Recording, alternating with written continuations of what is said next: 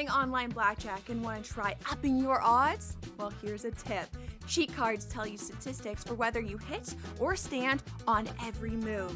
If you're into stats, this could be your ticket to winning. And it is totally legal.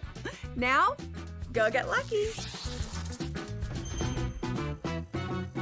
See you in Las Vegas. Let's get lucky. The Giants are probably going to open up 1-5 on the season. So then you start to say the fans are getting angry. They just want to see Dart. The ownership's like, hey, you know what? Maybe we'd make the right move with Russ here. But then you have self-preservation mode with the general manager and the head coach, where it almost seems like it's inevitable. Midway through the season, it's going to have to be Jackson Dart. Otherwise, what are we doing, Giants? The Early Line, only on SportsGrid. It should be illegal for Scottie Scheffler to play on the PGA Tour. This guy can't be stopped. Another victory at the BMW Championship. He has a chip on the 17th, which will go down in the history books. 82 feet, landed 60 feet short, and then rolled the rest of the way. Super exciting win again for Scheffler, who is not only the best golfer in the world, he's becoming one of the best golfers of all time. Newswire, only on SportsGrid. It doesn't matter that they're early in the game, late in the game, they're trailing, they're leading. It doesn't matter, garbage time.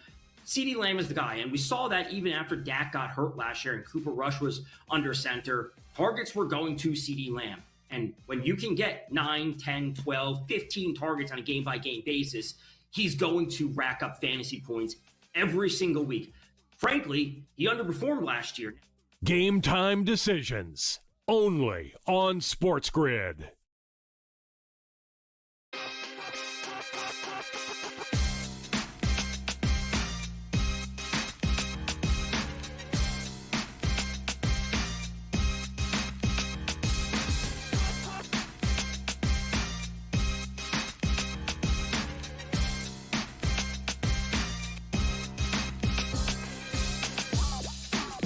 Only on SportsGrid. It's Game Time Decisions with you here on a delightful, jammed-packed Tuesday. Kevin Walsh with you. The Major League Baseball board is about to get off and running here. It's Baltimore and Boston with a little AL East action.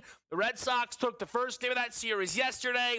They're slight favorites with Giolito getting the baseball today.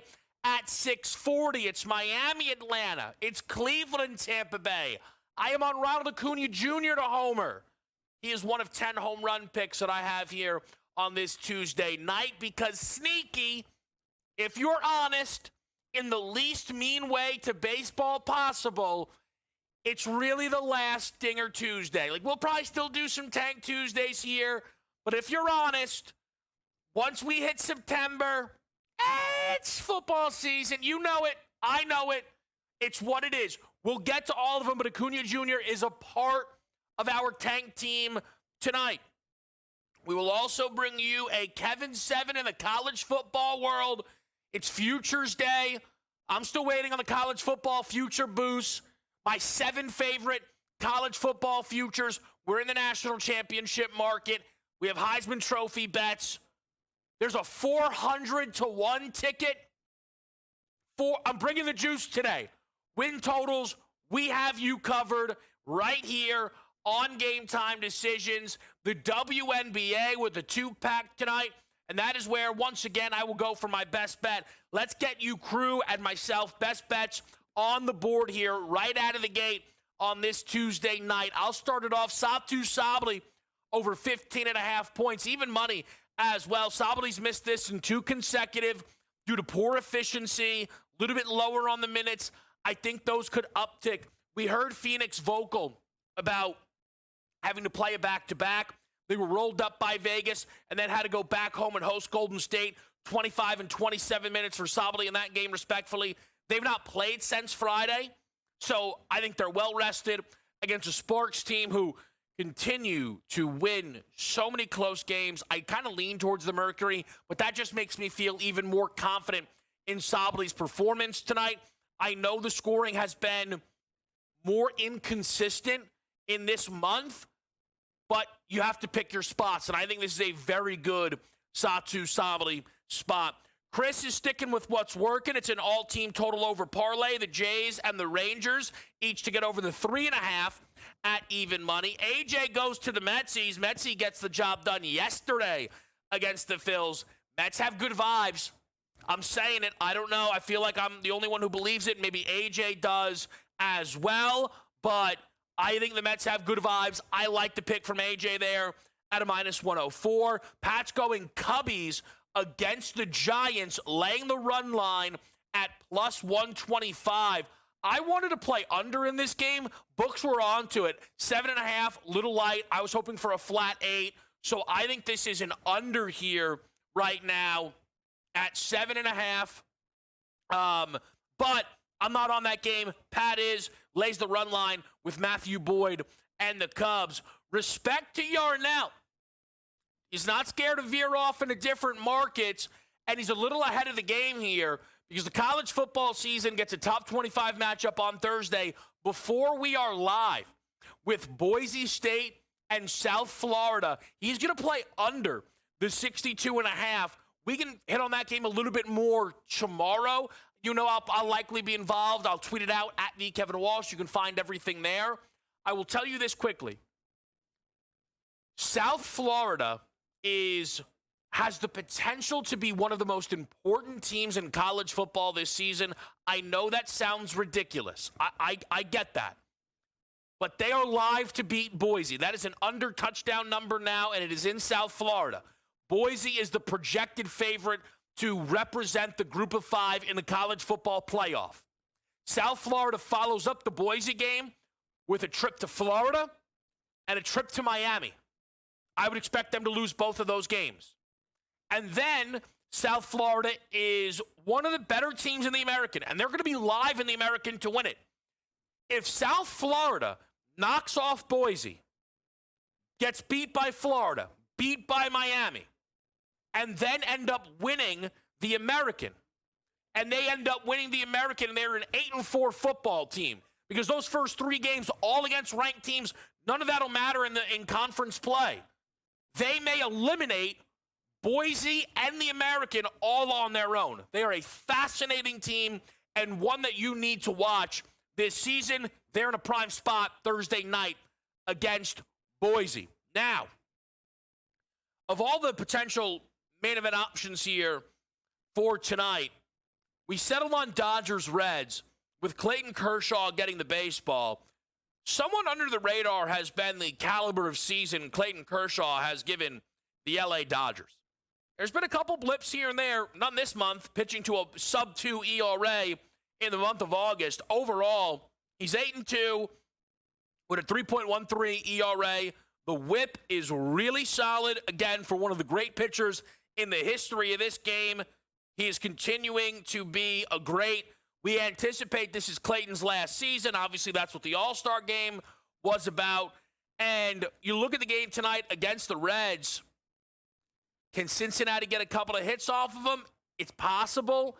That totals a 9, though. Is Nick Martinez in a decent spot? There's a bit of a push and pull. The most noteworthy player for me in this game tonight is actually Elly De La Cruz. Elly is a player I think talk about as, that is a future MVP. At some point, he will pull this all together and have himself that caliber of season, right? And actually win an MVP award. Elly De La Cruz did not get a hit yesterday. Elly De La Cruz has not had consecutive games without a hit since June. Since the middle of June. He has been, now he's a little bit colder, but he's been able to meet that consistency. Elly De La Cruz will be a part of my tank team tonight. Going to give him a shot at 5-1. I think his 2+ hit run RBI makes sense because when Elly gets on, he's always a threat to score, threat to steal, but he could potentially knock in a couple of runners as well. That number's at -105. If I'm talking about a future MVP, I'd be remiss, though, to not quickly bring up the inevitable MVP, and that is the inevitable Shohei Ohtani. Now at 45 home runs this season, the only threat, if there is one, it feels like, to Cal Raleigh's home run crown with respect to Kyle Schwarber. Ohtani's batting average, it still underwhelms a tick. The RBI, nowhere near last year's numbers. and I don't mean to do this and talk down on Ohtani, but I really believe for the second year in a row, the biggest benefactor or the biggest thing that's worked in Ohtani's advantage is who else? Who else are you going to give MVP to? PCA fell off a cliff. Credit to the guys in the back. They said that was coming. Soto didn't even make the All-Star game. Ohtani's team. Who? Tatis was good for like 6 weeks. Again, with respect to Kyle Schwarber, he's not a true MVP candidate. He is, Shohei Ohtani, that is, clearly going to win league MVP this year. And then we go into next season, and the expectation is he'll go back to being a full-time pitcher.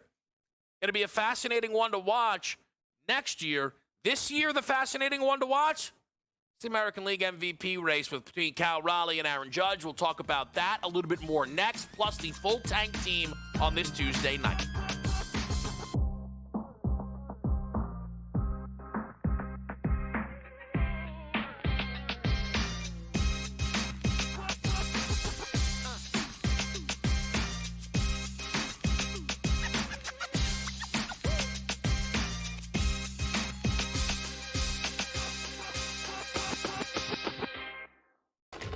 Enter into the magical world of McLuck.com, where even the smallest of spins can win real cash prizes.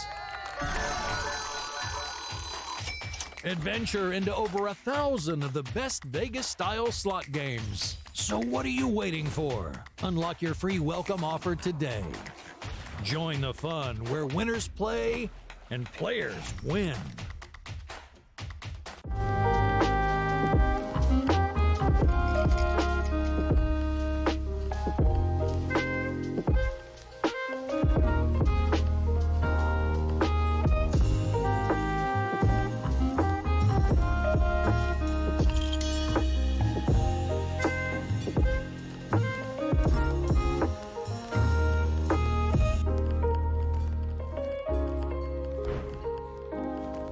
We're going to go through every single thing, and I've got a great team behind me that's going to help me get the job done. I want this to be the place that people come to. There is going to be an energy to game time decisions that you will feel night in and night out. We are going to hit every single one of those markets that you need to know about. We will have everything at our disposal, and we will use that to our advantage. There is not going to be a better place, I promise you, than Game Time Decisions. I'm Kevin Walsh. Tune in to Game Time Decisions weekdays on SportsGrid. This is the moment every fan waits for. The countdown's over.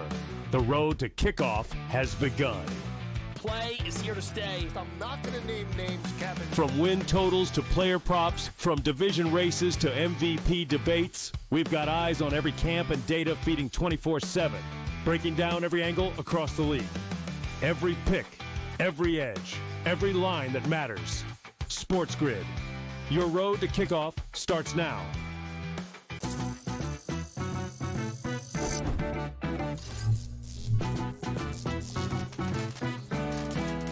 Did you know sportsbooks tend to draw up tighter bet lines for events that get even more bettors, like championship games or major matchups? My tip? Try betting on less popular sports. You might have a better shot at beating those odds. Now, go get lucky. See you in Las Vegas. Let's get lucky.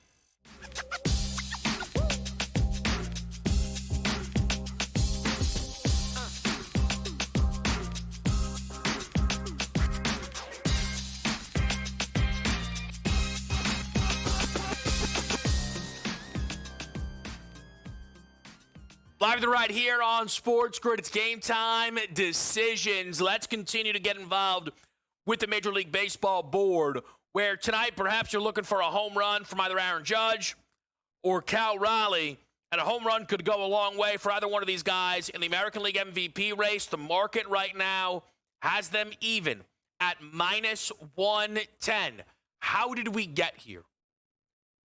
The reality is, Cal Raleigh, we talked about this lightly yesterday, but Cal Raleigh is now in a situation where every time he hits a home run, it's a story. It makes It makes, headlines. It makes news. It matters. It really does. And Cal Raleigh breaking the home run record for catchers at 49. Then gets to 50. Big deal. He is certainly expected to break Ken Griffey Jr.'s Mariners single-season record. And that'll be another big moment. Then if he gets to 60, and I think what has been the case probably the whole time, but certainly feels now, if Cal Raleigh were to pass Aaron Judge's single-season American League mark of 62 home runs, it's hard to imagine Cal Raleigh would not win league MVP. But what has also happened here is Aaron Judge, since returning from injury, has not been able to get the batting average up to where it once was. Aaron Judge is in this moment hitting .323. For reference, Aaron Judge last season hit .322. Now, Aaron Judge also was league MVP last season and very clearly the best player in Major League Baseball throughout the regular season. So it's not that the .323 is bad. It's that Aaron Judge's batting average last season was not the big story. This year, it was. This season, it was.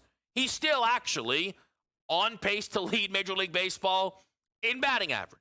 It's a little bit of a closer race. Other guys have dropped off, Will Smith or, the Jacob Wilson injury, but Judge still sits atop. He's having a great season. I think Judge is also being measured against himself. I'll bring it up very simply. Wins above replacement, 5.9 for Cal Raleigh, good for second best. Aaron Judge is right now at a 6.9. It's what it is. We will continue to watch this race. On what I am somewhat dubbing, again, not rudely, the final Dinger Tuesday, I am not on either one of these guys tonight. I am on Ronald Acuna Jr., whose game is in action right now. I actually think Acuna Jr. is at the plate, so we'd love to watch that game flip to 2-0 all of a sudden. I think we'll have to settle, though, just for a base hit there. I am going to bet someone in Aaron Judge's game, and it's interesting. I do not know how I all of a sudden have a soft spot for James Wood, but I do. At plus 330, James Wood makes the cut. Louis Hill's been solid since coming back for the Yanks, but the wind is blowing out tonight in the Bronx. We saw that made the difference last night, and I don't care, but I still, when you put dangerous lefty bats in Yankee Stadium, they usually make noise. James Wood, despite being, terrible for a large stretch of this season, is a dangerous lefty bat. I think he homers before he leaves the Bronx. Why not tonight at a plus 330 number? We then have a two-pack of options in Toronto and Minnesota, one from each side. It's Bailey Ober getting the ball for the Twins. It's Chris Bassett getting the ball for Toronto. Both vulnerable against lefties. Leadoff man for Minnesota, Trevor Larnach. And then we're going to go to Barger, Addison Barger, that is, for Toronto. 4-1 Barger, 6-1 on Larnach. Two options in Milwaukee and Arizona. Mizorowski gets the baseball. Could Ketel Marte take him deep? I think it's possible. Mizorowski, a lot of that luster is taken off. It's a great thing that we made sure he was in the All-Star game. I don't mean to pile on, but the whole thing in hindsight really does look ridiculous. Mr. Yes Hitter, that is, of course, Brandon Pfaadt, vulnerable, and I think Christian Yelich, who has 90 RBI on the season, could tack on an RBI by driving himself in. It's 5-1 on Yelich. We already mentioned Ellie Day La Cruz, so if we could just clear out ISO ball, A+, by the team in the back, making sure that they highlighted three guys, and one of them was not just a Houston Astro, but the Houston Astro. Let's be honest, if you've been with us on Game Time Decisions, you know I've been waiting for this moment. The return of Yordan Alvarez. Yordan Alvarez has not been in the Houston Astros lineup since May 2nd. Here we are, August 26th. Yordan Alvarez was not very impactful during the limited 29 games he played for Houston. What a spot for him to jump off tonight against Tanner Gordon, who carries one of my favorite things we see in Major League Baseball, a Colorado Rockies pitcher with reverse expectation splits. I know they're limited sample size. A 4.78 ERA at Coors and a 13 ERA on the road. Vulnerable either side of the dish. So I'm not only going to play Yordan Alvarez because maybe this is home run derby tonight. Maybe everybody is so excited to see big Yordan back in the lineup for Houston that Altuve at plus 560 sends one out, who, by the way, is plus 360 on DK. That's a 560 number available on FanDuel. Always make sure you try and get the best of the number there. And we get Jeremy Pena in the mix at plus 540. If that's not enough for you, they stepped up to the plate in the back as well. Sam knows ball in this instance, at least. Victor Carantini, get him an Astro on the card. Chris Satellites in the Jose Ramirez plus 420. Yelich for AJ, sharp as attack. I've always said it. Trey Turner, maybe the most underappreciated player in baseball this season, plus 450 for Pat. You're leaving here with a lot of home run picks, people. We're doing it right tonight on Game Time Decisions. What an absolute treat. It's going to be Nico Herner. What are we talking about here? I don't know. They're trying to zigzag. He's apparently not on Trey Turner, is the updates that I'm getting. Guess what? Yes, he is. Now he's on Trey Turner. That's what it's going to be here. We'll come right back, get you to the WNBA board next.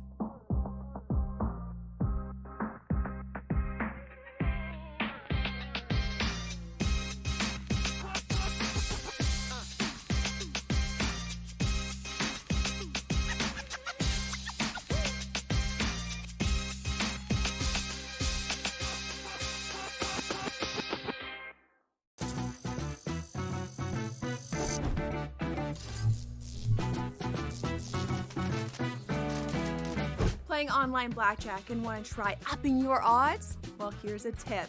Cheat cards tell you statistics for whether you hit or stand on every move. If you're into stats, this could be your ticket to winning. And it is totally legal. Now, go get lucky.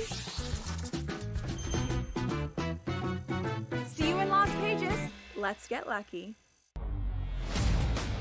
The Giants are probably going to open up 1-5 on the season. So then you start to say the fans are getting angry. They just want to see Dart. The ownership's like, hey, you know what? Maybe we'd make the right move with Russ here. But then you have self-preservation mode with the general manager and the head coach where it almost seems like it's inevitable. Midway through the season, it's going to have to be Jackson Dart. Otherwise, what are we doing, Giants? The Early Line, only on SportsGrid. It should be illegal for Scotty Scheffler to play on the PGA Tour. This guy can't be stopped. Another victory at the BMW Championship. He has a chip on the 17th, which will go down in the history books. 82 feet, landed 60 feet short, and then rolled the rest of the way. Super exciting win again for Scheffler, who is not only the best golfer in the world, he's becoming one of the best golfers of all time. Newswire, only on SportsGrid. It doesn't matter that they're early in the game, late in the game, they're trailing, they're leading. It doesn't matter garbage time. CeeDee Lamb is the guy. And we saw that even after Dak got hurt last year and Cooper Rush was under center. Targets were going to CeeDee Lamb. And when you can get 9, 10, 12, 15 targets on a game-by-game basis, he's going to rack up fantasy points every single week. Frankly, he underperformed last year. Game Time Decisions, only on SportsGrid.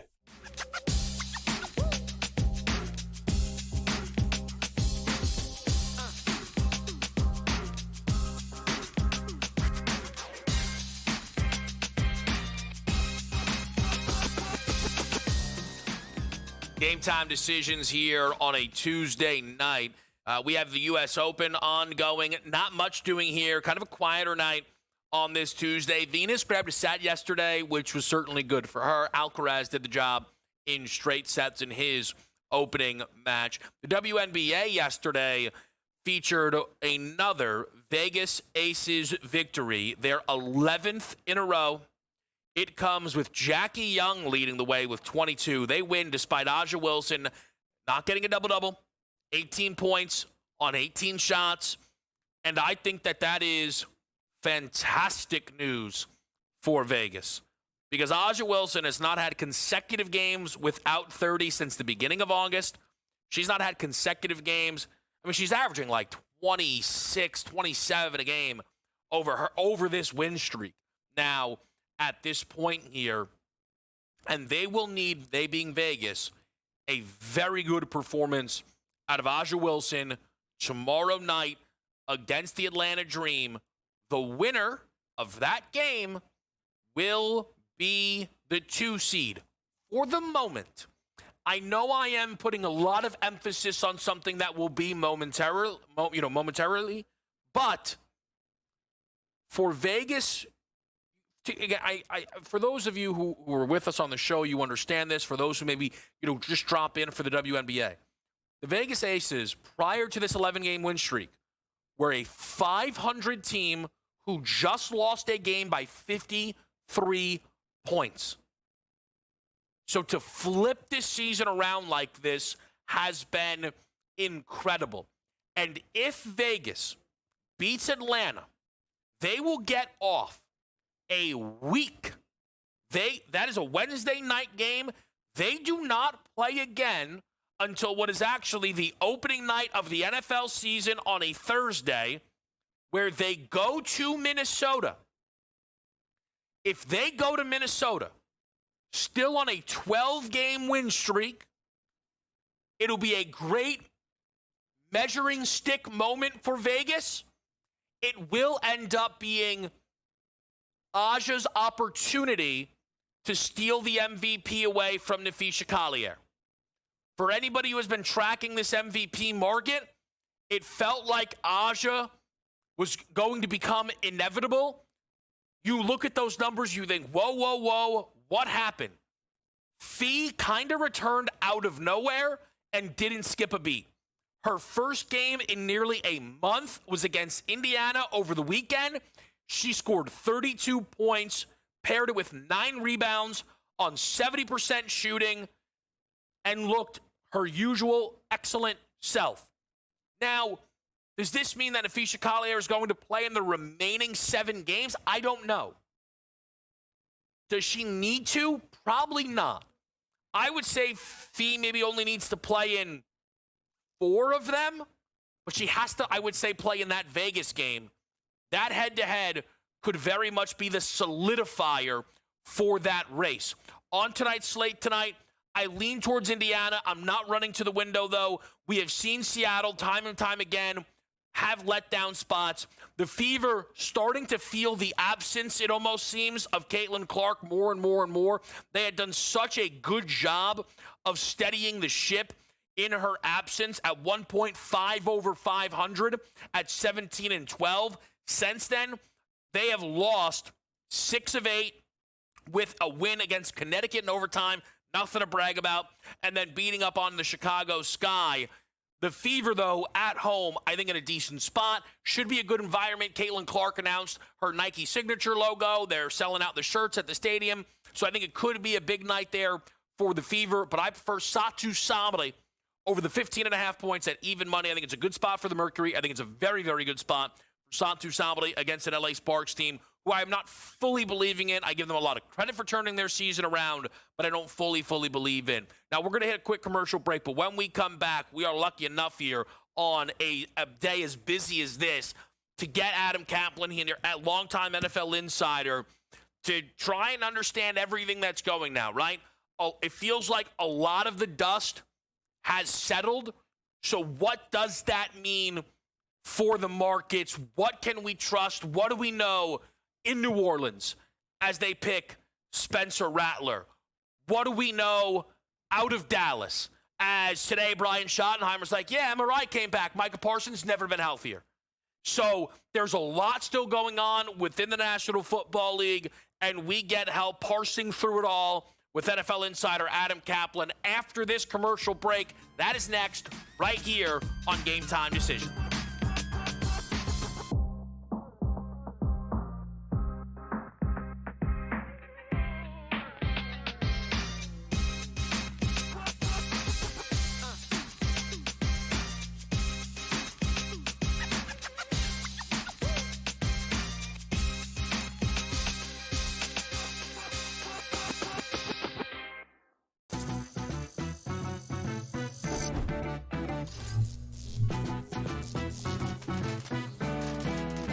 playing online blackjack and want to try upping your odds? Well, here's a tip. Cheat cards tell you statistics for whether you hit or stand on every move. If you're into stats, this could be your ticket to winning. And it is totally legal. Now, go get lucky. See you in Las Vegas. Let's get lucky. The Giants are probably going to open up 1-5 on the season. So then you start to say the fans are getting angry. They just want to see Dart. The ownership's like, hey, you know what? Maybe we'd make the right move with Russ here. But then you have self-preservation mode with the general manager and the head coach where it almost seems like it's inevitable. Midway through the season, it's going to have to be Jackson Dart. Otherwise, what are we doing, Giants? The Early Line, only on SportsGrid. It should be illegal for Scotty Scheffler to play on the PGA Tour. This guy can't be stopped. Another victory at the BMW Championship. He has a chip on the 17th, which will go down in the history books. 82 feet, landed 60 feet short, and then rolled the rest of the way. Super exciting win again for Scheffler, who is not only the best golfer in the world, he's becoming one of the best golfers of all time. Newswire, only on SportsGrid. It doesn't matter that they're early in the game, late in the game, they're trailing, they're leading. It doesn't matter garbage time. CeeDee Lamb is the guy. And we saw that even after Dak got hurt last year and Cooper Rush was under center, targets were going to CeeDee Lamb. And when you can get 9, 10, 12, 15 targets on a game-by-game basis, he's going to rack up fantasy points every single week. Frankly, he underperformed last year. Game time decisions, only on SportsGrid.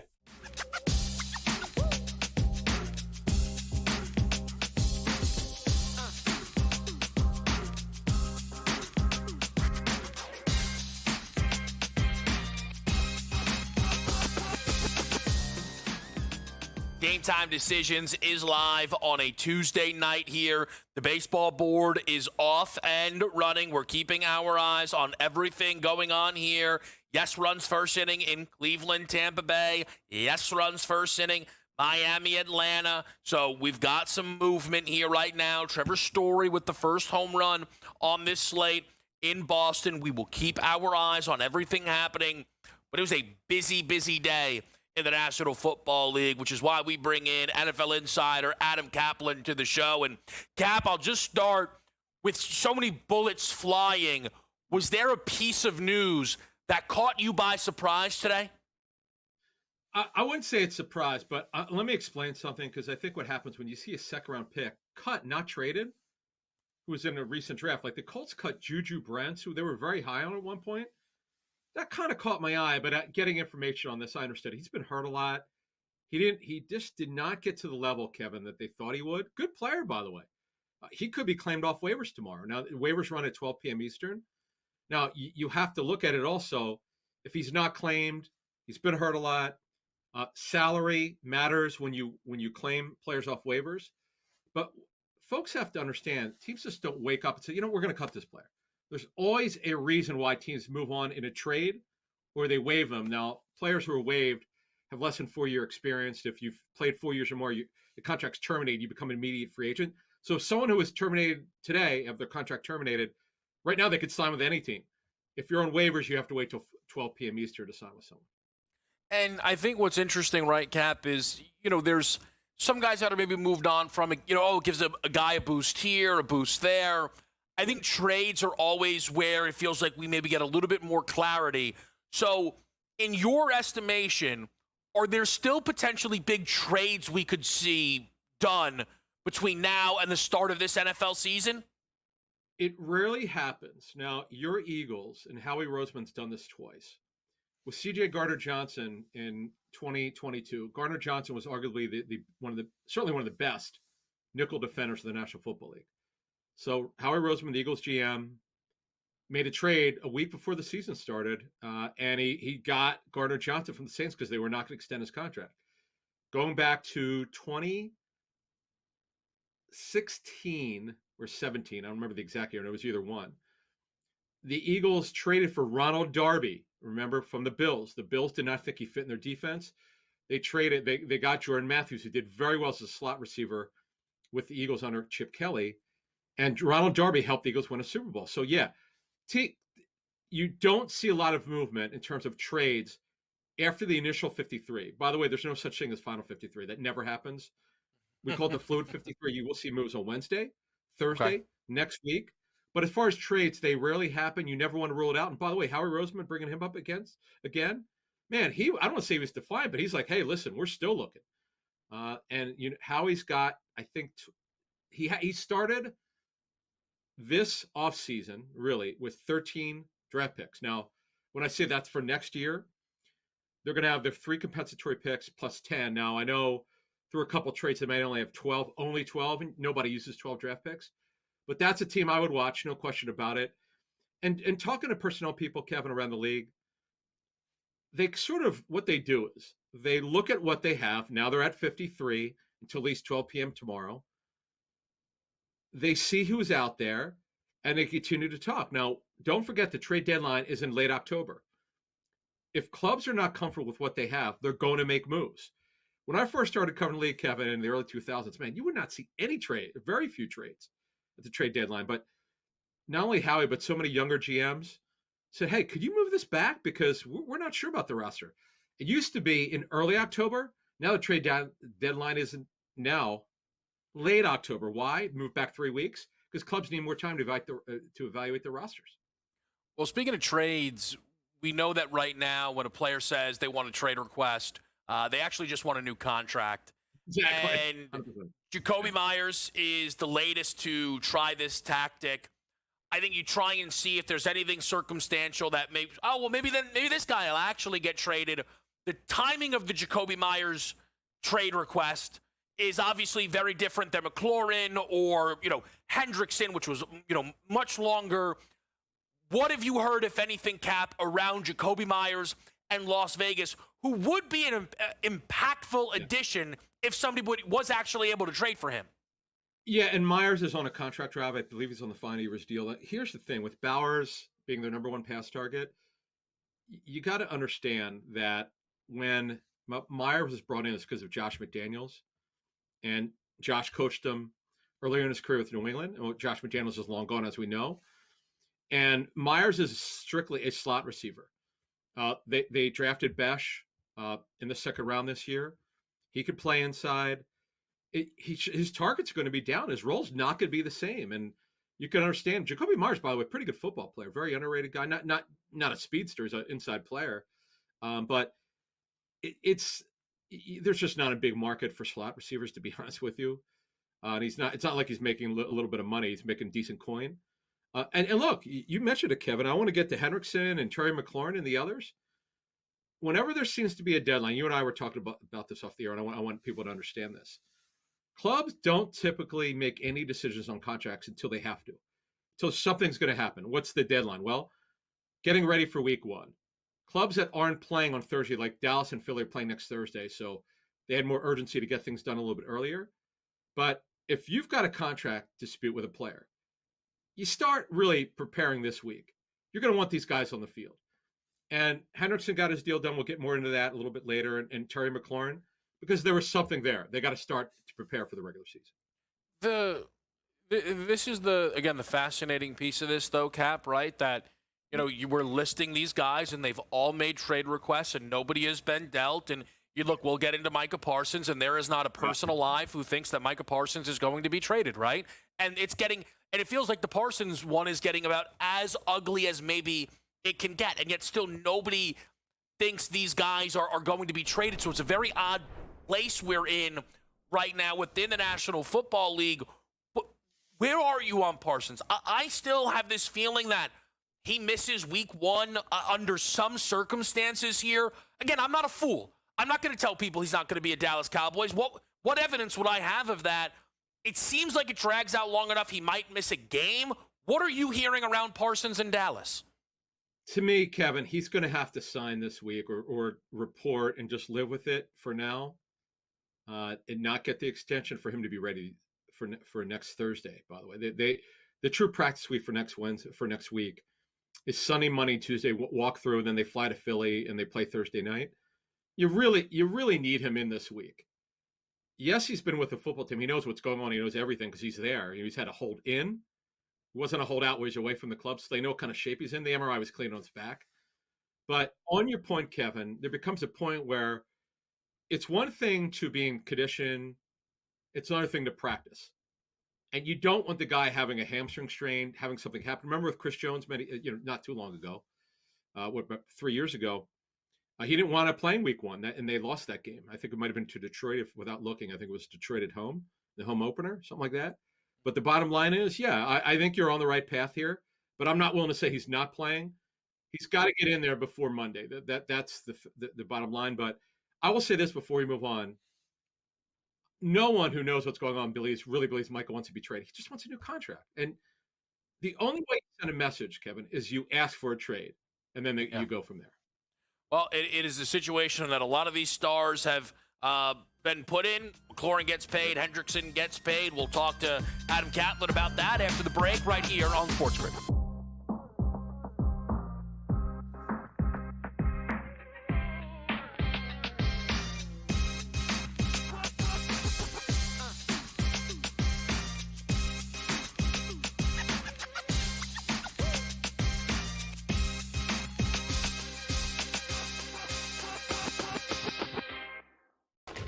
Enter into the magical world of McLuck.com, where even the smallest of spins can win real cash prizes. Adventure into over 1,000 of the best Vegas-style slot games. So what are you waiting for? Unlock your free welcome offer today. Join the fun where winners play and players win.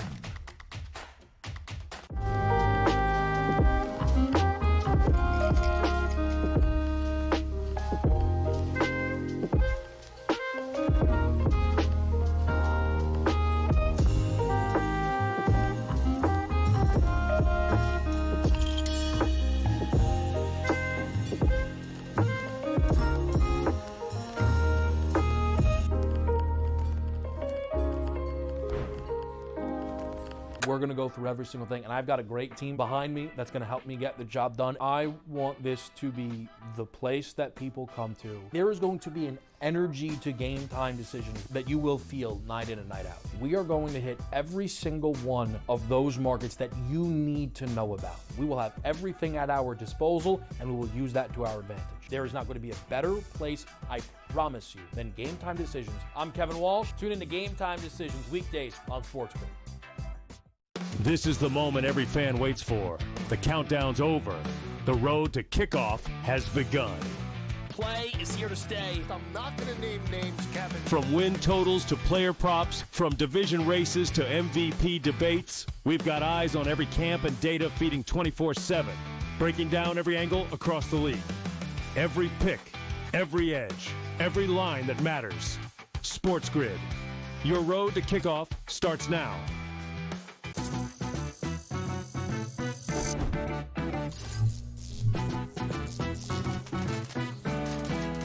Did you know sportsbooks tend to draw up tighter bet lines for events that get even more bettors, like championship games or major matchups? My tip?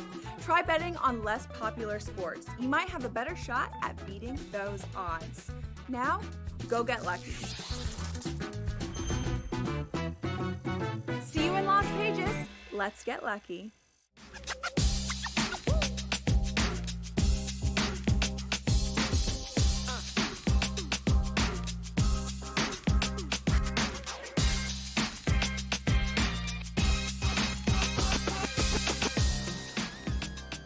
Back with you right here on SportsGrid. It's Game Time Decisions on this Tuesday night. There are decisions to be made for a lot of NFL franchises. Some have already been made. We're talking about those with NFL insider Adam Catlett. And Cap, you were out at Washington camp this past week, and they made the move to finally get things done with Terry McLaurin, which is what the expectation was pretty much the entire time. And now the expectations for Washington, if anybody's going to stop Philly from repeating as division champs and keep this curse going, people think it'll be them. They were in the NFC Championship game last year. They're trying to see if they can improve on that.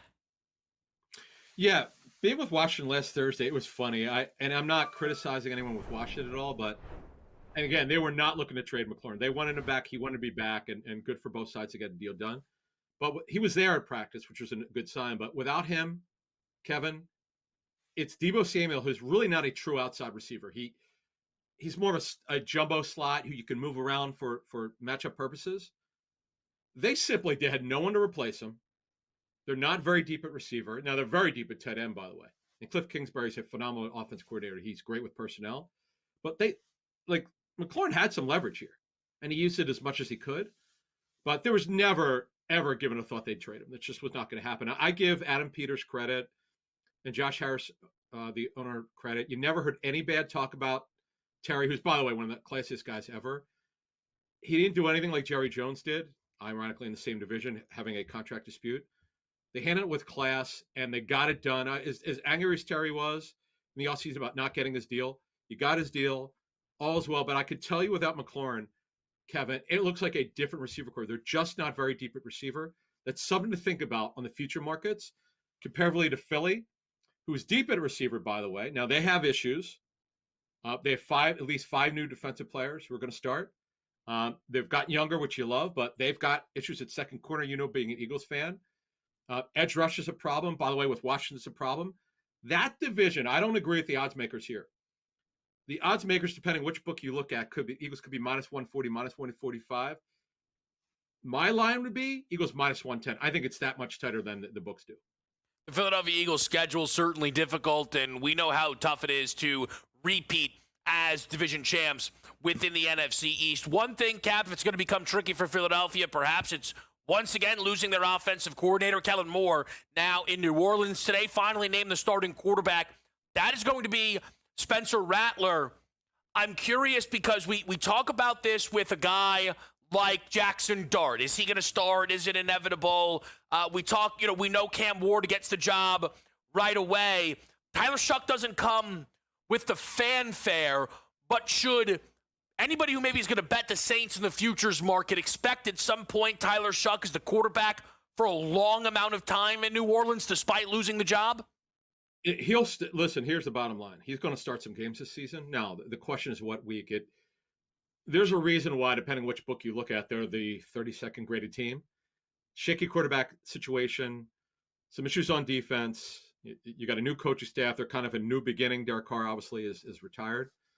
I could tell you this. Spencer Rattler, if I'm talking to people who know what was going on there, he clearly won the job. I mean, I know Shuck came on late. I understand he's a much higher draft pick for them. That's obvious. He's a second-round pick. He's also older, by the way. Very talented quarterback. He's not ready yet. Now, that's one to watch. Shuck will wind up starting at some point this season. It is always with this situation. It depends on where they are around week 7, 8. Are they 2-5, 1-6? The record tells you everything. Now, with Jackson Dart, he's going to play. And the question is also what week, but he's also a first-round pick. There's going to be more of a movement, more pressure to play him. The problem with them, Kevin, with the Giants is, in my grading system, by far, and it's not close, the hardest schedule in the National Football League. It's funny because one thing, I just want to mention this. When I looked at their over-under total, the money's on the under. It's because of how hard their schedule is. They have a better roster than they've had in 3 or 4 years, but their schedule is too hard. Too hard. Yeah, no, look, I agree that it's a very difficult schedule. The point I just want to make on Tyler Shuck, and I know I'm a little hard on him. It's more the Saints' fault for where they drafted him. Assuming he doesn't start within the first 3 weeks, which he's obviously not projected to, he'll be 26 by the time he gets his first NFL start. Well, if he's not going to be ready this year, next year he's 27. Again, at pick 40, they took a guy who's going to be a backup his entire career in the NFL. It was a terrible pick at the time. It's a terrible pick now. The thing is, he's not. Do you disagree, Cap? I don't agree with you. Yeah. First of all, no offense to Spencer Rattler. It's a nice story. He clearly outplayed him in training camp. Shuck is way more talented. I've seen both at the Senior Bowl. I know how personnel people think about it. But he's got to earn it. They're just not going to hand it to him unless, again, as I said earlier, they're 1-6, 2-5. Rattler to me is a backup. I mean, I think he's actually got an arm. He's a smaller guy. Yep. But I'm gonna say one thing on quarterback. 26 years old. I remember Rich Gannon telling me Had he not had the neck injury, he thought he could play until his 40s. So I'd be careful. I get it at running back. You can't be drafting a guy who's going to turn 26. It's a quarterback, Kevin. I wouldn't worry about the age so much. All right. We can agree to disagree on Tyler Shuck being the same age as Jalen Hurts. Quickly, did you hear anything? I know. Did you hear anything around Shedeur Sanders and the Cleveland Browns situation before we get you out of here? Yes, look, I've made this clear, and everyone has asked me, and I knew this 2 weeks ago when I visited with them for 2 days when they were here in Philly. They were not going to take a risk of cutting Sanders and him getting claimed. They want to develop him. He's going to be their third quarterback. They want to take it slow. He's not even close to being ready. Give him time to develop, okay? Give him time to develop. And Dylan Gabriel really came on the final 2 preseason games. He looked great, by the way. He's way ahead of Shedeur Sanders. Yeah, it's going to be a really interesting season in Cleveland. The expectation, I think, for a lot of people is bettors at any point this season, some games you'll be betting on Flacco, then you'll be betting on Gabriel, and then you'll be betting on Shedeur. We'll see if it plays out that way. Yeah. I have no idea what Cleveland actually wants to happen, but time will tell. Cap, we appreciate it. As always, we'll check it again, certainly before kickoff, which is very, very close. Eagles-Cowboys, Thursday, September 4th. Of course, we'll have you covered the entire way. It's Game Time Decisions. It's a quick break. We're right back.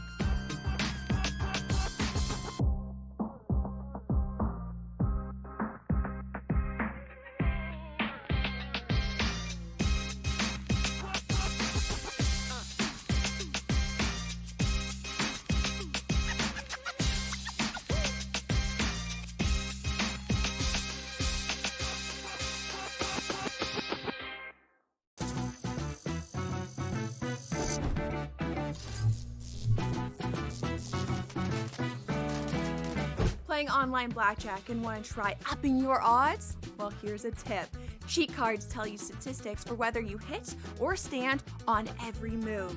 If you're into stats, this could be your ticket to winning. And it is totally legal. Now, go get lucky. See you in Las Vegas. Let's get lucky. The Giants are probably going to open up 1-5 on the season. So then you start to say the fans are getting angry. They just want to see Dart. The ownership's like, hey, you know what? Maybe we make the right move with Russ here. But then you have self-preservation mode with the general manager and the head coach where it almost seems like it's inevitable. Midway through the season, it's going to have to be Jackson Dart. Otherwise, what are we doing, Giants? The Early Line, only on SportsGrid. It should be illegal for Scotty Scheffler to play on the PGA Tour. This guy can't be stopped. Another victory at the BMW Championship. He has a chip on the 17th, which will go down in the history books. 82 feet, landed 60 feet short, and then rolled the rest of the way. Super exciting win again for Scheffler, who is not only the best golfer in the world, he's becoming one of the best golfers of all time. Newswire, only on SportsGrid. It doesn't matter that they're early in the game, late in the game, they're trailing, they're leading. It doesn't matter garbage time. CeeDee Lamb is the guy. And we saw that even after Dak got hurt last year and Cooper Rush was under center. Targets were going to CeeDee Lamb. And when you can get 9, 10, 12, 15 targets on a game-by-game basis, he's going to rack up fantasy points every single week. Frankly, he underperformed last year. Game Time Decisions, only on SportsGrid.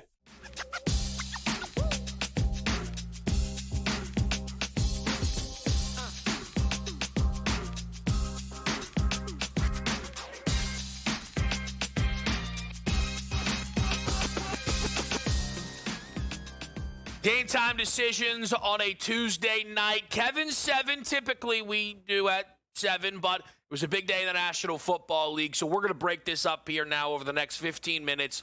My 7 favorite, 7 placed college football futures. And we're gonna do 2 here, and then we're going to get to the remaining 5 in our next segment, because the 2 that we are going to do here are 2 national title picks. I think when you bet into the college football market, if you can find enough juice, you can actually grab 2 of these teams. If you're betting the favorite, if you're on Texas at 550, if you're on Ohio State at 650, probably not. But if you're a little bit deeper down the board, you may have that breathing room. And I think that I do. Though if I was only allowed to make one pick, it would be this exact team, and I would be very fine with it because I think the Clemson Tigers have an argument that they should be the favorites to win the national championship. Clemson is arguably the most talented team in college football. You hear a lot about returning production, and the amount that Clemson brings to the table is comical. 4 of 5 returning starters on the offensive line, their top 3 pass catchers, and oh, by the way, maybe the best quarterback in college football in Cade Klubnik. Now, to be fair, Klubnik is going to need to take a step forward in the biggest games. There was a little bit of Drew Aller in there for Cade Klubnik, struggling against his toughest competition. But there were some bright spots shown by him in the ACC championship game against SMU with 4 touchdown passes, and even with the 336 yards and 3 touchdowns that he tossed against Texas despite the loss in the college football playoff game. But Klubnik, last season, 36 passing touchdowns to just 6 interceptions, clearly took a step forward and will have a ton of talent around him offensively to make the right steps. The incredible thing, though, with all that returns offensively is what Clemson brings to the table defensively. In TJ Parker and Peter Woods, pull up a 2026 mock draft. And in a lot of them, the first 2 non-quarterbacks to come off of the board are these 2 defensive linemen in Parker and Woods. And they're on the same defensive line. Potential All-American linebacker Sammy Brown plays behind them. This Clemson defense will be excellent. And they also have pedigree. Dabo Swinney has been, I know, frustrating at times in the transfer portal NIL era because he has been so against it. But I think it caught up to Dabo, and it changed his behaviors a little bit here. And that was seen in even the coordinator decision to bring in Tom Allen and finally get a suitable replacement for Brett Venables, who left a few years ago for Oklahoma. And for Clemson, being in the ACC, there is no other team in a Power 4 who is this much better than the rest of their competition, clearly. There just isn't. This team is nearly even money to win the ACC, and that is appropriately priced. The Tigers have won a national championship with Dabo Swinney before. They have an opportunity to win a national championship with Dabo Swinney this year at 13-1, 12-1. I think the Tigers have a legitimate argument to be the national title favorites, and they're worth the bet at that price. To go a little further down the board, to go value hunting, I think Ole Miss at 50-1 is worth the bet. I'm a bit stunned at this price. The Ole Miss win total at 8.5 looks way too light to me. I understand they lost a lot. They were great defensively. They put guys into the NFL, and they put a round 1 quarterback in Jackson Dart. But this is an Ole Miss team who last year missed out on the playoffs for 2 inexcusable losses to Kentucky and Florida. The 3 losses were by 3, 3, and 7. And this schedule is light. They will be an underdog in 2 spots at most on this schedule. And a 10-2 Ole Miss team makes the college football playoff. And what's more important to me than the trip-up spots last year is they finally stepped up and beat Georgia. And why did they beat Georgia? Austin Simmons. You might say I am giving too much credit to a player who basically played a drive. But Jackson Dart threw a pick, got injured, and it was 7-0 Dogs.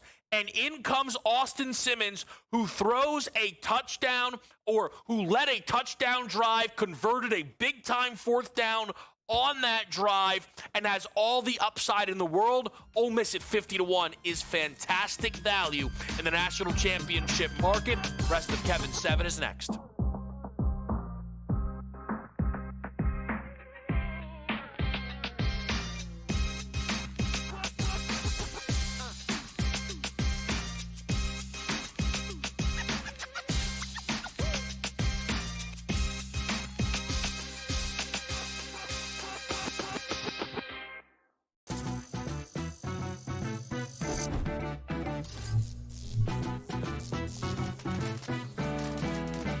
playing online blackjack and want to try upping your odds? Well, here's a tip.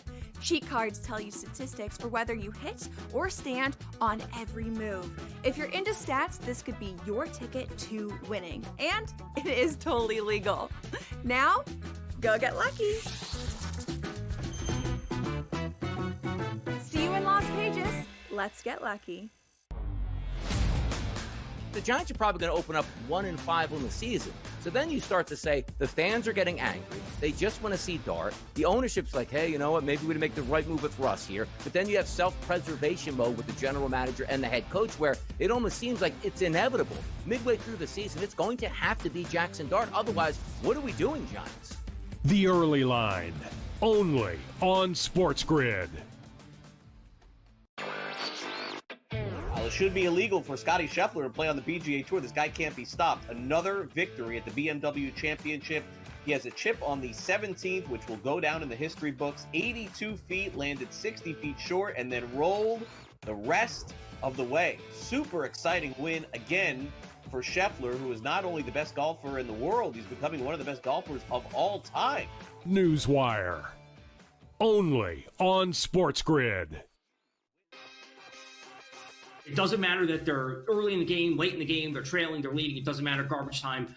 CeeDee Lamb is the guy. And we saw that even after Dak got hurt last year and Cooper Rush was under center. Targets were going to CeeDee Lamb. And when you can get 9, 10, 12, 15 targets on a game-by-game basis, he's going to rack up fantasy points every single week.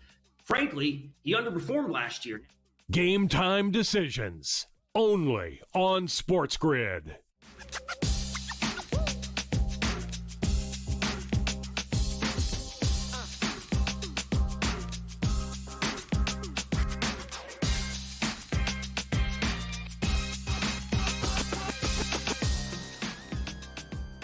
Kevin 7, the college football season futures. I think Clemson wins the national championship. I think 12-1 is a great number. I think there's a lot of value on Ole Miss, though, at 50-1, and I think that is a great bet to make, and I am making those two bets in the national championship market. A team I am not betting, a team I am fading. Tomorrow we will do my college football playoff prediction, seeding, the bracket, the whole thing. I'll give you a spoiler. Georgia's not in it. I think it is a down year for the Bulldogs. This is a Georgia team, by the way, I was rooting on last year. Clipped the future for them in season and thought they had what it took. In some ways, if Carson Beck never ended up getting injured in the game against Georgia Tech, maybe, or in the middle of the game against Texas, I guess it was, maybe we see Carson Beck.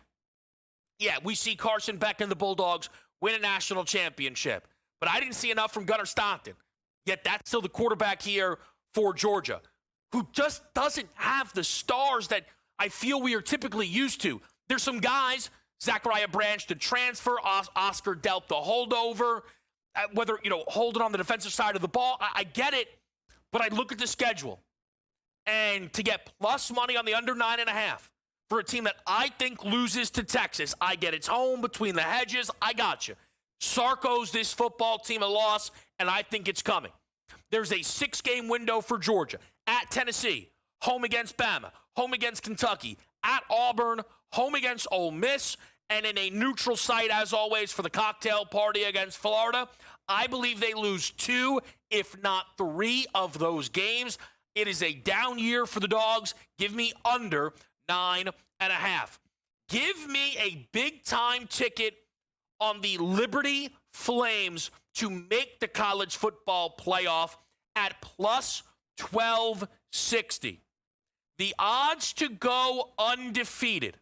Here are the teams with shorter odds than Liberty. Penn State, Clemson, Notre Dame, Ohio State, Georgia, Texas. That's the list. It is plus 650 for Liberty to go undefeated. This was a case many people made last year around Liberty at much shorter numbers. They disappointed. Jamie Chadwell could not meet expectations with the Flames. But the same opportunity is there. The schedule is still incredibly light. And I'm getting double the number. I'm actually getting more. I'm getting double the number at plus 1260 for this team to make the playoff. If they are undefeated in an expanded college football playoff field, I don't think the committee leaves out Liberty. Remember, last year, the only unbeaten team entering into the CFP was Oregon. It is hard to be unbeaten, and it'll be hard for Liberty to do. But the schedule is there, and the price is right at plus 1260. Now into the players' markets. We talked about this one yesterday, but the story is the same.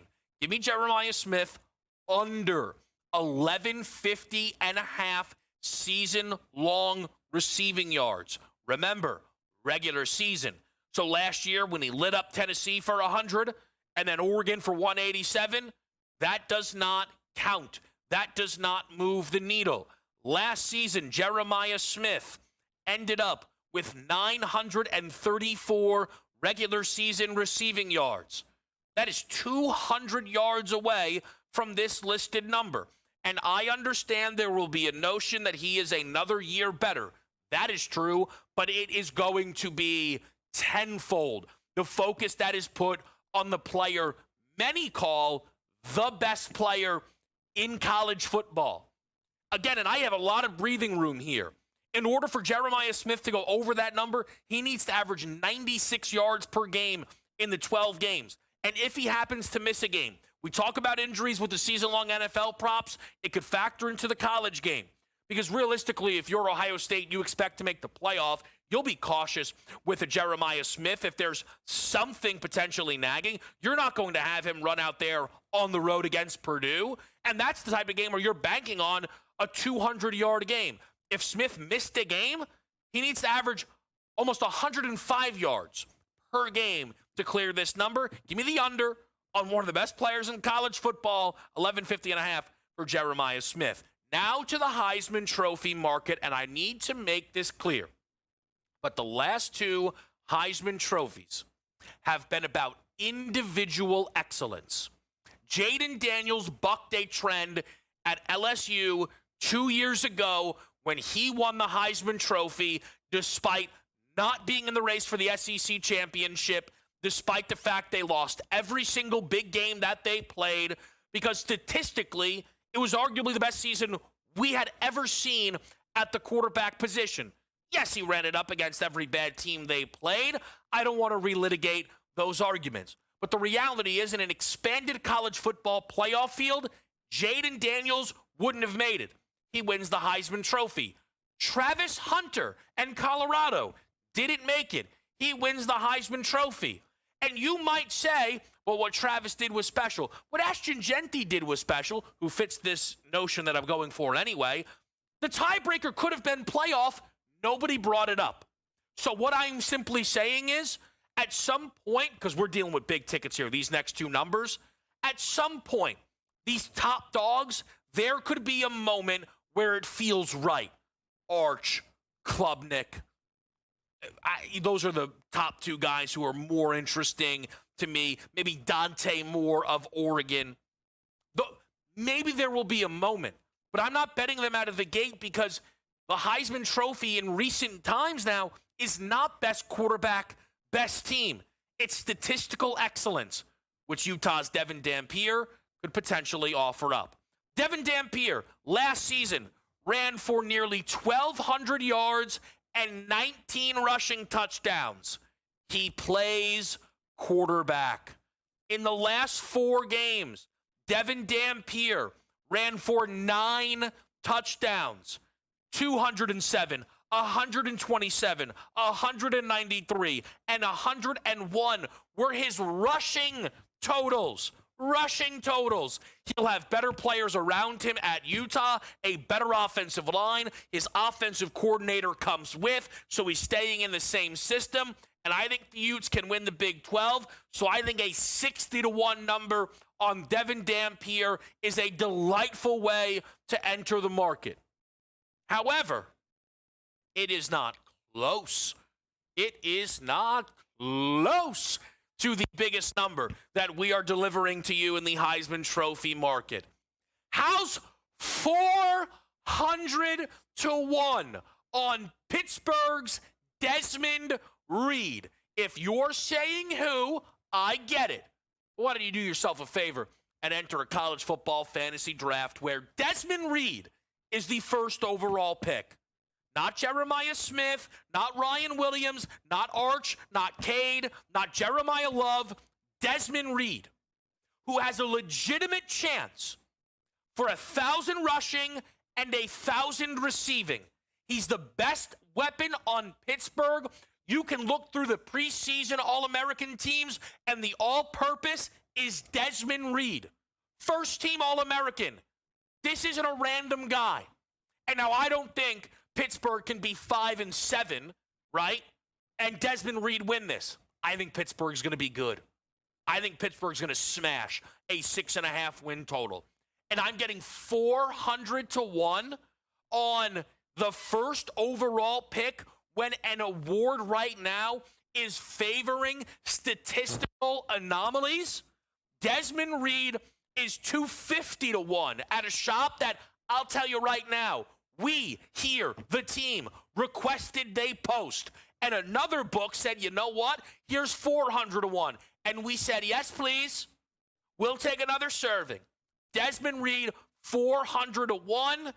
Pittsburgh will put Notre Dame on upset alert, and this bet has life. The college football season approaches. We take a quick break.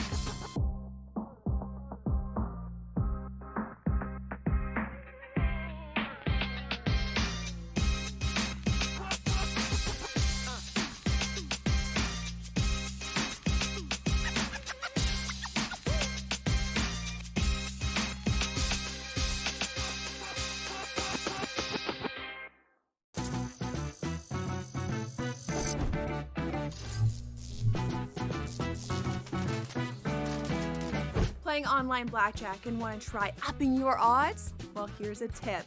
Cheat cards tell you statistics for whether you hit or stand on every move.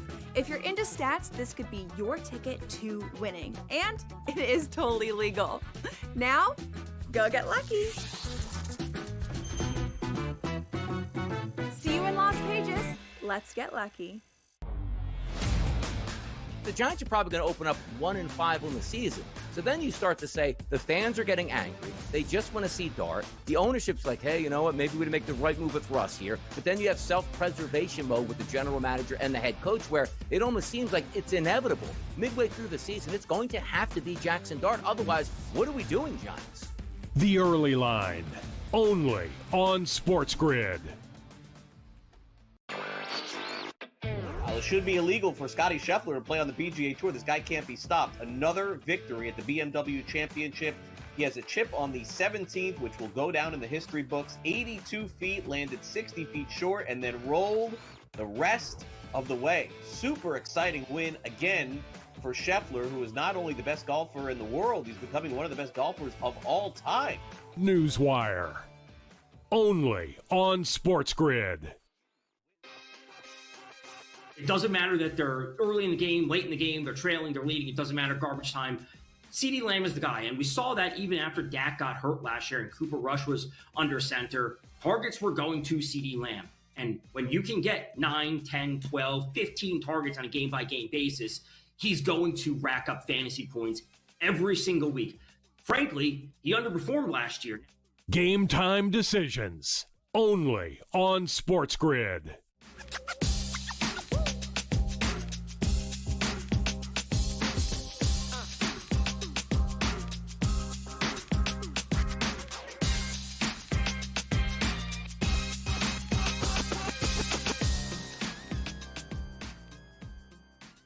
All right, game time decisions here with you, of course, on this Tuesday night. Baseball board right now, quiet in the Bronx, scoreless between the Yankees and the Nats. Braves taking the lead back over Miami, 2-1 right now.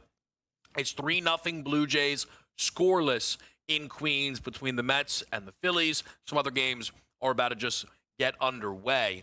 We are going to take a quick opportunity to talk to one of the best in the business. That is, of course, Brady Cannon. Knows the golf well, will also be helping us throughout the NFL season. Does a great job with the contest shows that you can catch here on SportsGrid. Brady and I typically chop it up on Tuesdays around some NFL look-ahead lines, and then Fridays we can talk about how things have settled up here.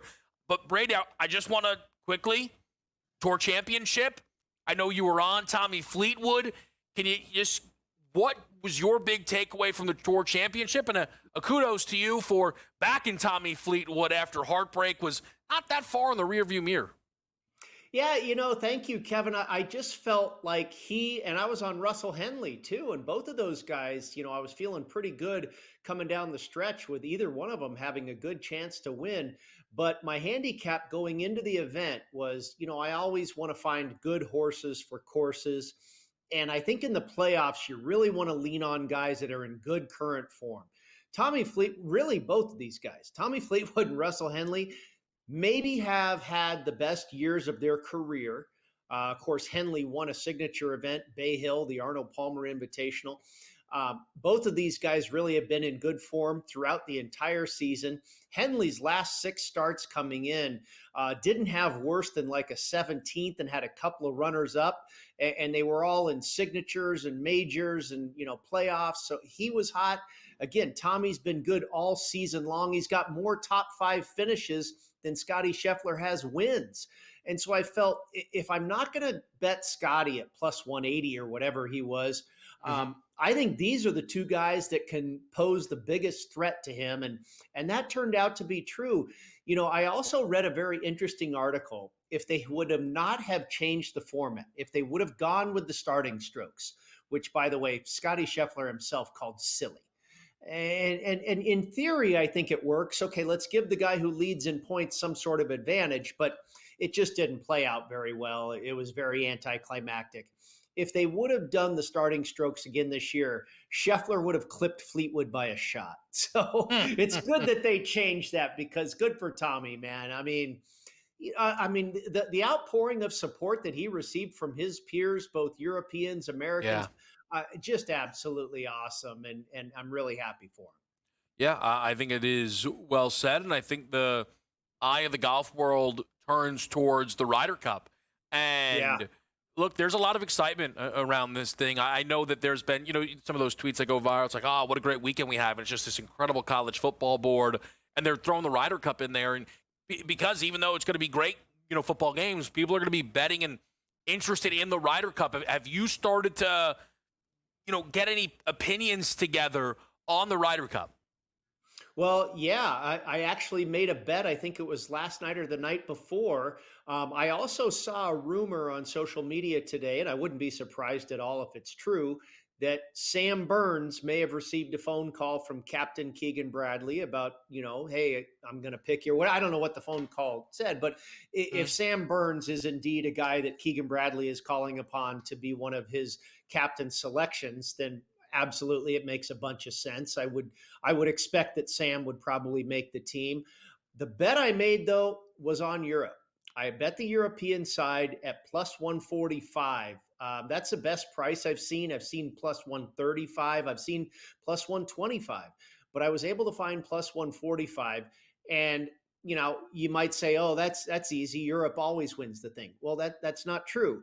They always win when it's in Europe. And the United States always wins. And we're going back the last, decade or so at least. The home team tends to win these things. That's what has happened in recent history.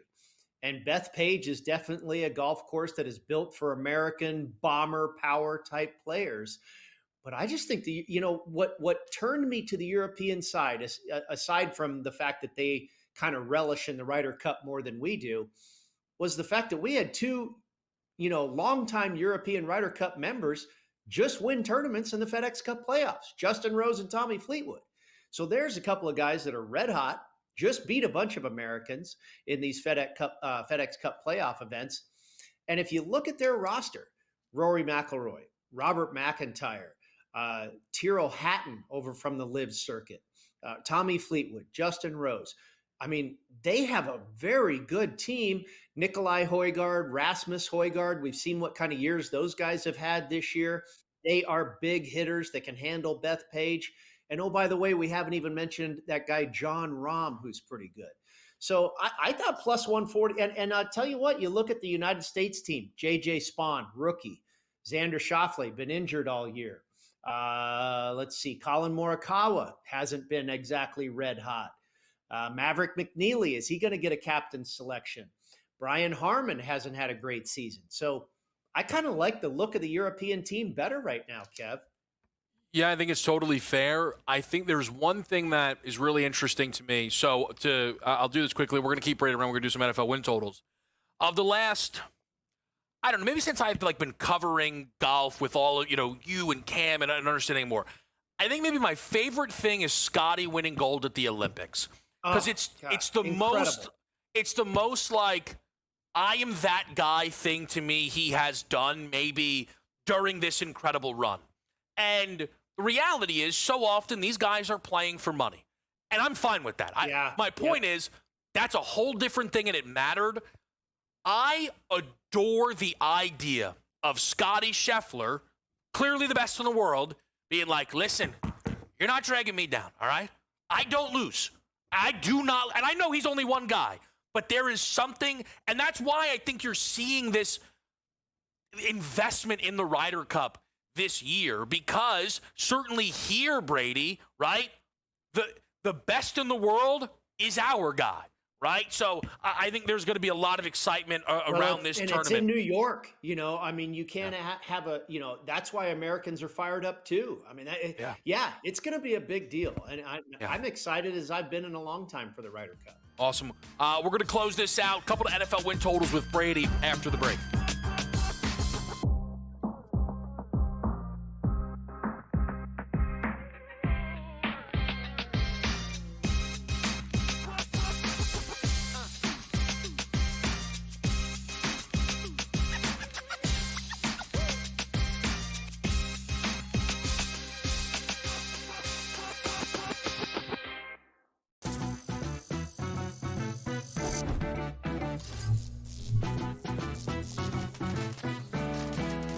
Playing online blackjack and want to try upping your odds? Well, here's a tip. Cheat cards tell you statistics for whether you hit or stand on every move. If you're into stats, this could be your ticket to winning. And it is totally legal. Now, go get lucky. See you in Las Vegas. Let's get lucky. The Giants are probably going to open up 1-5 on the season. So then you start to say the fans are getting angry. They just want to see Dart. The ownership's like, hey, you know what? Maybe we make the right move with Russ here. But then you have self-preservation mode with the general manager and the head coach, where it almost seems like it's inevitable. Midway through the season, it's going to have to be Jackson Dart. Otherwise, what are we doing, Giants? The Early Line, only on SportsGrid. It should be illegal for Scotty Scheffler to play on the PGA Tour. This guy can't be stopped. Another victory at the BMW Championship. He has a chip on the 17th, which will go down in the history books. 82 feet, landed 60 feet short, and then rolled the rest of the way. Super exciting win again for Scheffler, who is not only the best golfer in the world, he's becoming one of the best golfers of all time. Newswire, only on SportsGrid. It doesn't matter that they're early in the game, late in the game, they're trailing, they're leading. It doesn't matter. Garbage time. CeeDee Lamb is the guy. And we saw that even after Dak got hurt last year and Cooper Rush was under center. Targets were going to CeeDee Lamb. And when you can get 9, 10, 12, 15 targets on a game-by-game basis, he's going to rack up fantasy points every single week. Frankly, he underperformed last year.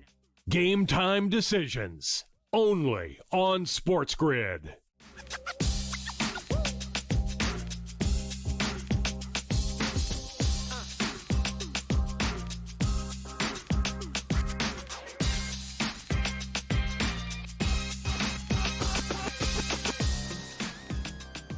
Okay, some quick reminders here on Game Time decisions, because this is, in my opinion, kind of the final Tank Tuesday. We put together a tank team, 10 guys. There's a few who are not off the board just yet. It's the 3 Astros, Altuve, Pena, and Yordan Alvarez. And then we're also going to take a chance on Ellie De La Cruz in a little bit of a bounce-back spot.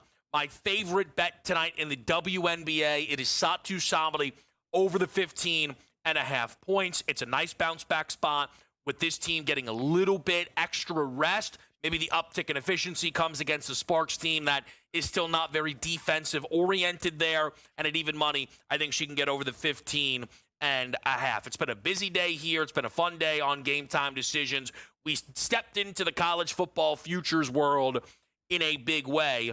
Obviously, next week we will be deep into the NFL futures world at that point. Win total, playoff teams, Super Bowl, the whole deal. I know it's Futures Day on FanDuel, and if there are some odds boosts out there sitting around, perhaps in your back pocket, maybe there's some win totals you'd like to get involved with the help of course, Brady Cannon. And Brady, win totals are always tricky, figuring out how do we fade, how many do we play. Just give the people a bit of an idea of who you like and the process for you in the win total market. Yeah, the NFL in so many ways is a what goes up must come down type of league. Very much of a seesaw affair. And I played under 12.5 wins on the Buffalo Bills. Now, that's an alternate number, and I had to pay a little juice for that. But I was much more comfortable with 12.5 than 11.5. And I know some very sharp people who bet under 11.5 and even under 10.5. Now, I'm not quite to that point. I very much think the Bills could still go to the Super Bowl. That doesn't mean they're going to win 13 games. I think last year they were the beneficiary of some extremely good health. They had great injury luck. They were very healthy. And Josh Allen wins the MVP. I mean, their season could not have gone much more perfectly, and yet they walk away with basically nothing. So I think elevating to that high of a pedestal last year with nothing to really show for it, I can't believe they're going to necessarily repeat that again. Now, they might win 12 games, they might win 11, they might win the Super Bowl, but I just don't think they're going to get to 13 because everything kind of fit into place so perfectly last season that typically doesn't repeat itself. And then I played two teams to go over their season win total, and I think they're relatively conservative. I don't think I'm really asking a lot. I asked the Arizona Cardinals to get to 9 wins. I went over 8.5, a little bit of juice with that as well. And I played the Pittsburgh Steelers over 8.5, a minor juice with that one, minus 125. I think the Cardinals could win the division, could win the NFC West. They've improved under Jonathan Gannon every year. They really went in heavy in this offseason on defense. I think he could possibly be a good bet for Coach of the Year. I think Marvin Harrison Jr. will be better this year. We know about Trey McBride. So they just continue to get better, and they've shown that they really play hard for him as well. To ask them to go 9-7, I don't think is a big stretch. They also have a very easy schedule. The other one is the Pittsburgh Steelers. Hey, all Mike Tomlin has to do is have a winning season again, right? So easier said than done. I understand, but again, I think and this is not all about Aaron Rodgers. They've had good teams with Mason Rudolph, with Kenny Pickett, with Justin Fields, with Russell Wilson. I think they're even better than they were under those regimes, so to speak. I think their running back backfield is very good. I think it's much improved, addition by subtraction without Najee Harris. I think their defense is still the Pittsburgh Steelers defense, if not even better. And again, I think Tomlin finds a way to get to, I wouldn't be surprised if they got to double-digit wins and finish second in that AFC North behind Baltimore. There's a lot of great stuff there. I will say with Pittsburgh, it is jarring how similar they feel to the Jets. The difference is they have Mike Tomlin. And that difference alone can be enough to get this team over a win total. Brady, we appreciate it as always. I'm sure we'll be checking in again soon. Can't wait, man. Thank you. All right. Great stuff as always there from Brady. And make sure you're keeping up to date with everything he's doing with those contest shows. The college football contests are going to be opening up, and then they're going to have you covered for the NFL contests, which, again, we are right around the corner for the start of the NFL season. But one final reminder for the college football season. We'll obviously remind you a few times, quite frankly. Clemson and Ole Miss, the two national title bets that are in right now. We'll get to all of it, including the playoff predictions tomorrow. In-game live is next.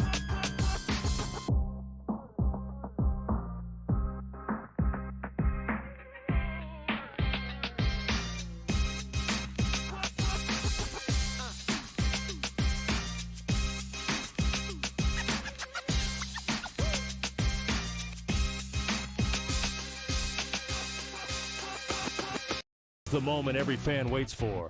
The countdown's over. The road to kickoff has begun. Play is here to stay.